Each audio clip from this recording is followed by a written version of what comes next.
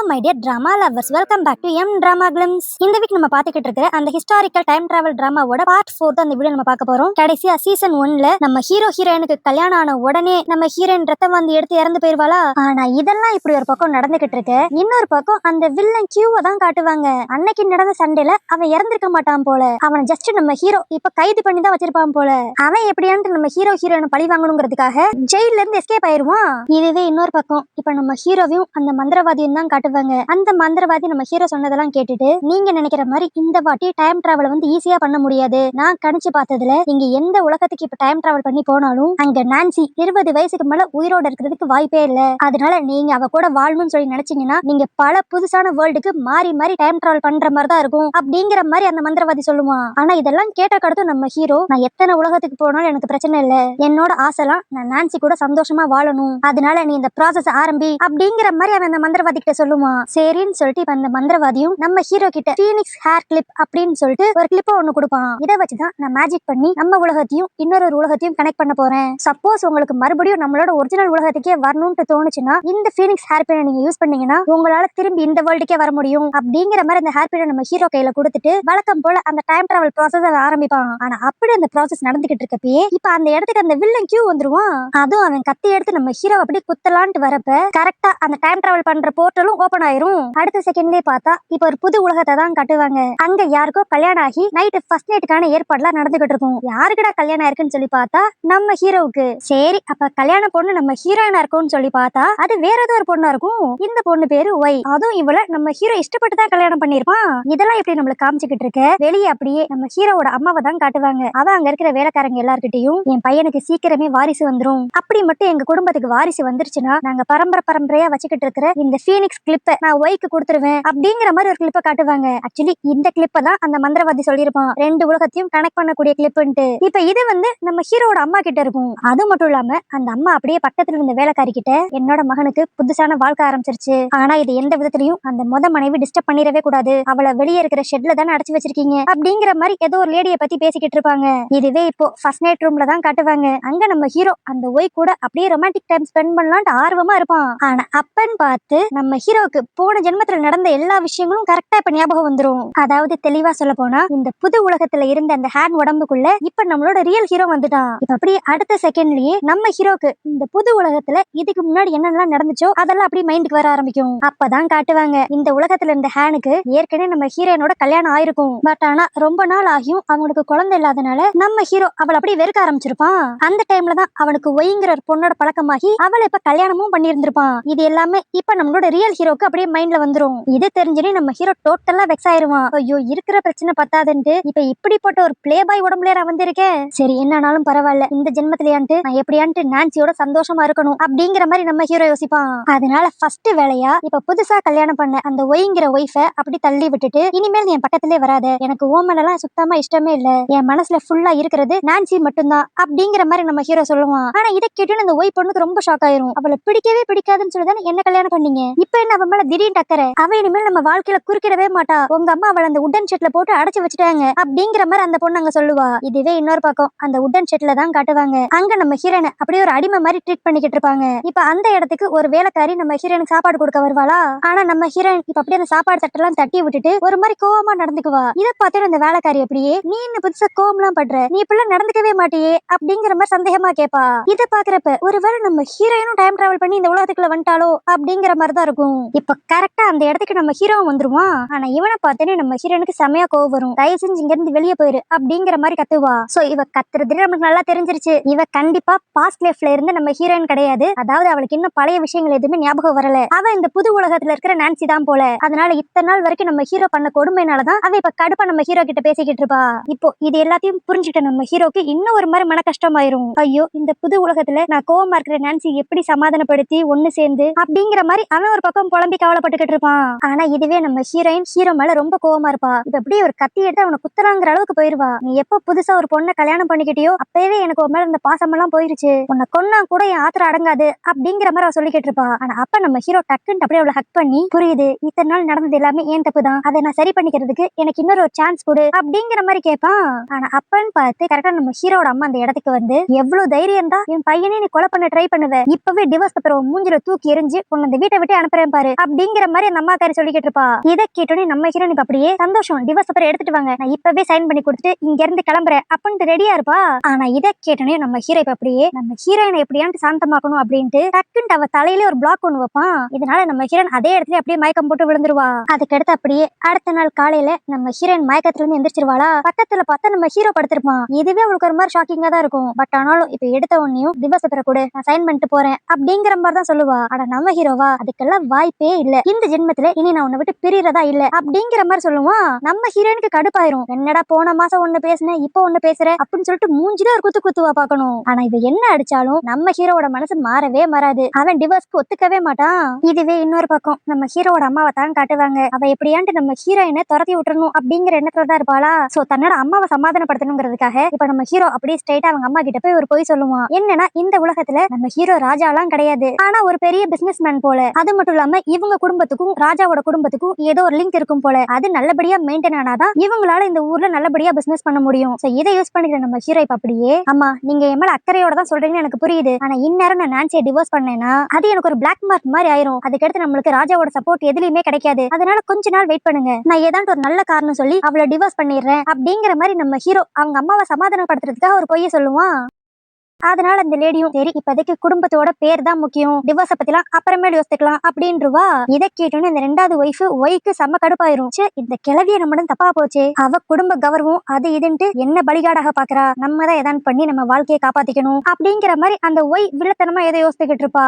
அதுக்கடுத்து அந்த ஒய் இப்ப அப்படியே நம்ம ஹீரோயின் கிட்ட போய் ஒரு 4-5 ட்ரெஸ் தூக்கி போட்டு, இங்க பாரு 3 நாள் எனக்கு பர்த்டே வருது, இந்த ட்ரெஸ்ல எல்லாம் அழகா எம்ப்ராய்டிங் ஒர்க் பண்ணி கொடுத்துரு அப்படிங்கிற மாதிரி ரொம்ப ஆர்டர் பண்ணி சொல்லுவா. நம்ம ஹீரோயினுக்கு இவளுக்கெல்லாம் போய் வேலை பார்க்கணுமா அப்படிங்கிற மாதிரி தான் கடுப்பா இருக்கும். ஆனா அப்ப அந்த ஒய் அப்படியே பழசெல்லாம் நீ மறந்துடாத, என்னதான் இந்த 2 நாளா ஹேண்ட் வந்து உனக்கு சப்போர்ட் பண்ற மாதிரி பேசினாலும் அவன் எப்பயுமே என்னதான் லவ் பண்ணுவான், அதனால நீ இந்த வீட்டுல இருக்கிற வரைக்கும் நான் சொல்ற வேலையெல்லாம் நீ செஞ்சுதாகணும் அப்படிங்கிற மாதிரி ஓவரா பேசுவா. நம்ம ஹீரோயின் எதுக்கு பிரச்சனைன்னு சொல்லிட்டு அவ சொன்ன வேலையெல்லாம் அப்படியே செய்ய ஆரம்பிச்சிருவா. அதுக்கடுத்து இப்ப 3 நாள் கழிச்சுதான் காட்டுவாங்க அந்த ஒய்க்கு பர்த்டேவும் வந்துரும். அவ நம்ம ஹீரோயின் தச்சு கொடுத்த ட்ரெஸ் எல்லாம் அப்படியே போட்டுட்டு அழகு பார்த்துக்கிட்டு இருப்பாளா. இப்போ அந்த இடத்துக்கு நம்ம ஹீரோட அம்மா வந்து இவளுக்கு விஷ் பண்ணிக்கிட்டு இருப்பாங்க. ஆனா அப்பன்னு பார்த்தா அந்த ஒய் ஒரு மாதிரி, ஐயோ எனக்கு தலைவலிக்குது, மூச்சு விட முடியல, ஏதோ செய்யுது அப்படிங்கிற மாதிரி நாடகத்தை நடத்திக்கிட்டு இருப்பாளா. ஆனா அந்த டைம் அவ ட்ரெஸ்ல இருந்து ஏதோ ஒரு சூனிய வச்சு பேப்பர் கீழே விழுகிற மாதிரி இருக்கும். இதை பார்த்தோன்னே அங்க இருக்கிற எல்லாரும் ஷாக் ஆகி இப்ப நம்ம ஹீரோயின் தான் சந்தேகப்படுவாங்க. ஆக்சுவலி இதுதான் அந்த ஒய்யோட பிளானாவே இருந்திருக்கும். நம்ம ஹீரோயினும் இதெல்லாம் என்னோட வேலை இல்லைன்னு சொல்லலாம் ட்ரை பண்ணுவா. ஆனா அதுக்குள்ள அந்த மாமியார், நான் உன்னை எவிடன்ஸோட பிடிச்சு காட்டுறேன், கண்டிப்பா உன் ரூம்ல அந்த சூனியம் பண்ண பொருள் இருக்கும் அப்படின்ட்டு இப்ப நம்ம ஹீரோனோட ரூம் சர்ச் பண்றதுக்காக வந்துருவாங்க.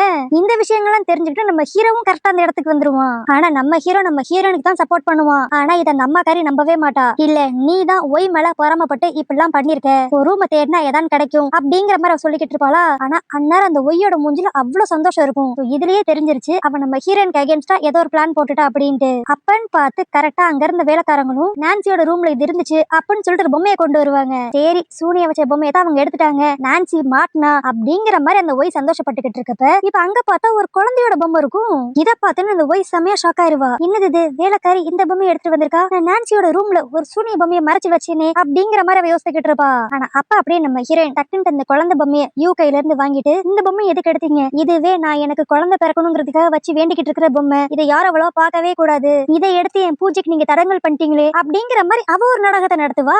என்னன்னு பார்த்தா இந்த ஒய் ரூமுக்கு வந்து இந்த சூனிய பொம்மையை வச்சது, நம்ம ஹீரோயினை மாட்டி விடணும்னு சொல்லி ட்ரை பண்ணது, இது எல்லாமே நம்ம ஹீரோயினுக்கு முன்னாடியே தெரிஞ்சிருக்கும். அதனாலதான் அவ இப்படிப்பட்ட ஒரு பொம்மையை வச்சு டோட்டல் சீனே மாத்தி விட்டுருப்பா.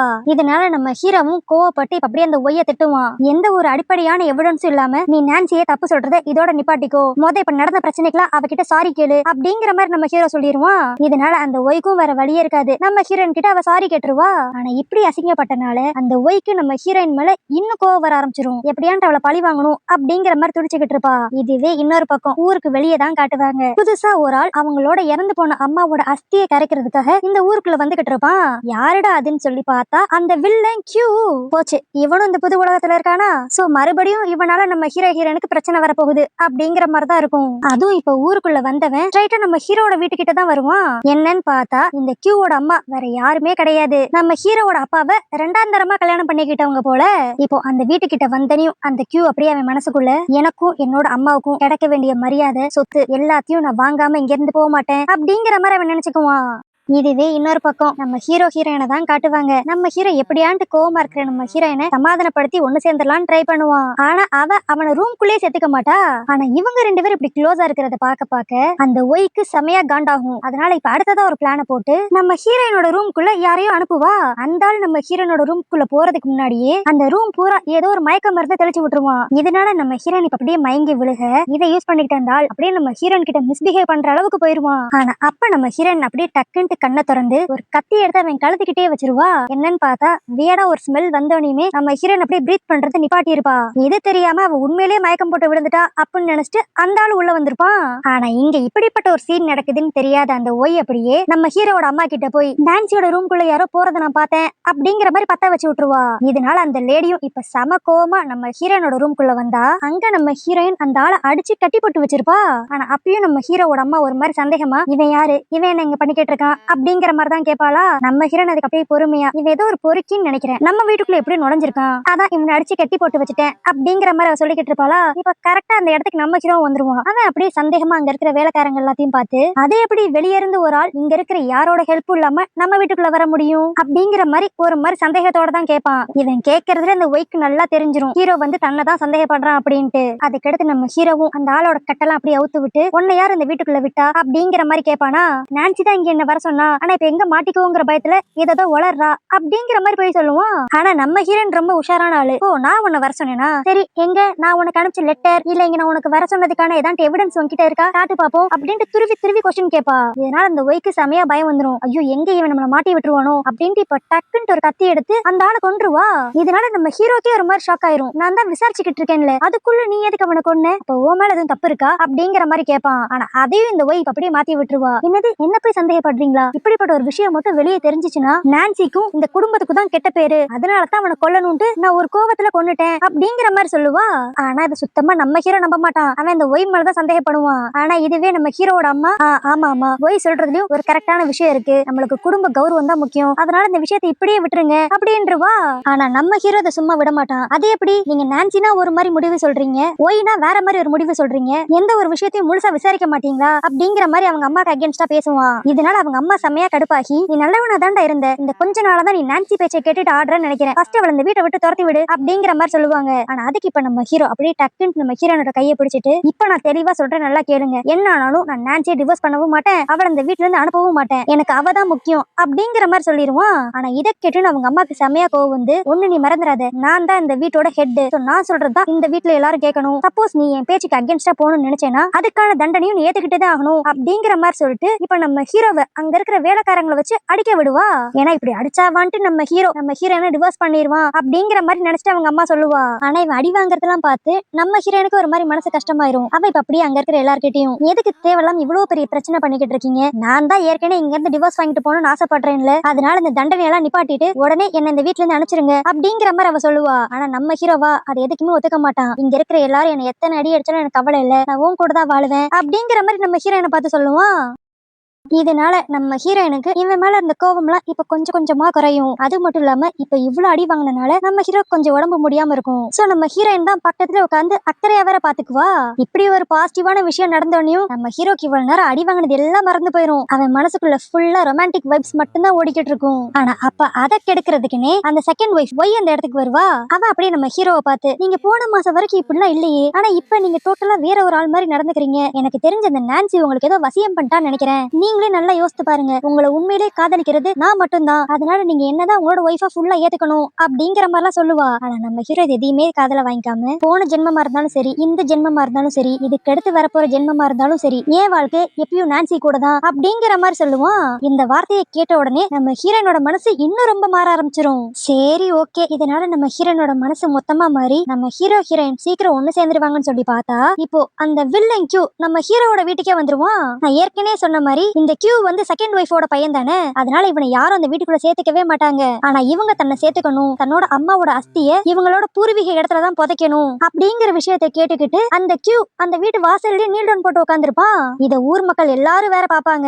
இதனால நம்ம ஹீரோட அம்மாவுக்கு ஒரு மாதிரி அவமானமாவும் இருக்கும், கோவமாவும் வரும். ஆனா இதை நோட் பண்ண அந்த ஒய் அப்படியே இந்த சிச்சுவேஷனை யூஸ் பண்ணி எப்படியாண்டு நம்ம ஹீரோனுக்கு ஒரு கெட்ட பேர் வாங்கி கொடுத்து இந்த வீட்டை விட்டு அனுப்பணும்னு பிளான் போடுவா. அதனால நம்ம ஹீரோட அம்மா காதுல ஏதோ போய் சொல்லுவா, இதெல்லாம் இப்படி ஒரு பக்கம் நடந்துகிட்டு இருக்க, இன்னொரு பக்கம் நம்ம ஹீரோக்கு திடீர்னு ஒரு கனவு வரும். அதுல அந்த வில்லன் கியூ நம்ம ஹீரோயினை கத்தியால குத்துற மாதிரி இப்படிப்பட்ட ஒரு கனவு வந்து நம்ம ஹீரோ அப்படியே கத்திட்டு எந்திரிக்க நம்ம ஹீரோயினை என்னாச்சு ஏதாச்சுன்னு கேட்பாளா. அப்ப அவன் எதையும் முழுசா சொல்லாம இல்ல அந்த கியூனால உனக்கு ஏதோ ஆபத்து வரப்போகுதுன்னு நினைக்கிறேன் அப்படிங்கிற மாதிரி சொல்லுவான். ஆனா அதுக்கு நம்ம ஹீரோயின் அவனால எனக்கு என்ன ஆபத்து வரப்போகுது, அவன் தான் பல வருஷத்துக்கு முன்னாடியே இந்த ஊரை விட்டே போயிட்டானே, இன்ஃபேக்ட் சொல்ல போனா அவன் என்ன பார்த்ததே கிடையாது, அப்படி இருக்கிறப்ப எனக்கும் அவனுக்கும் என்ன பிரச்சனை வரப்போகுது அப்படிங்கிற மாதிரி நம்ம ஹீரோயின் சொல்லிக்கிட்டு இருப்பா. ஆனா அன்னாரம் கரெக்டா அந்த கியூ இவங்க வீட்டுக்கு முன்னாடி தான் பிரச்சனை பண்ணிக்கிட்டு இருக்கான் அப்படிங்கிற இன்ஃபர்மேஷன் நம்ம ஹீரோக்கு வந்துரும். இது தெரிஞ்சோடனே நம்ம ஹீரோ இன்னும் ரொம்ப பயப்பட ஆரம்பிப்பான். போச்சு, போன ஜென்மத்துல நடந்த மாதிரி இந்த ஜென்மத்திலையும் அவன் எங்களோட வாழ்க்கையில பிரச்சனை பண்ண வந்துட்டான் அப்படிங்கிற மாதிரி நம்ம ஹீரோ பயப்படுவான். சோ இனி இந்த கியூனால நம்ம ஹீரோனுக்கு ஏதாவது ஆபத்து வருமா, கடைசியில இந்த உலகத்திலேயாண்டு நம்ம ஹீரோ ஹீரோயின் ஒன்னா சேருவாங்களா அப்படிங்கறது எல்லாத்தையுமே நம்ம நாளைக்கு வீடியோ பார்த்து தெரிஞ்சுக்கலாம். இந்த கதை உங்களுக்கு பிடிச்சிருந்துச்சுன்னா லைக் பண்ணிருங்க, ஷேர் பண்ணிருங்க, மறக்காம என்னோட சேனலை சப்ஸ்கிரைப் பண்ணிருங்க.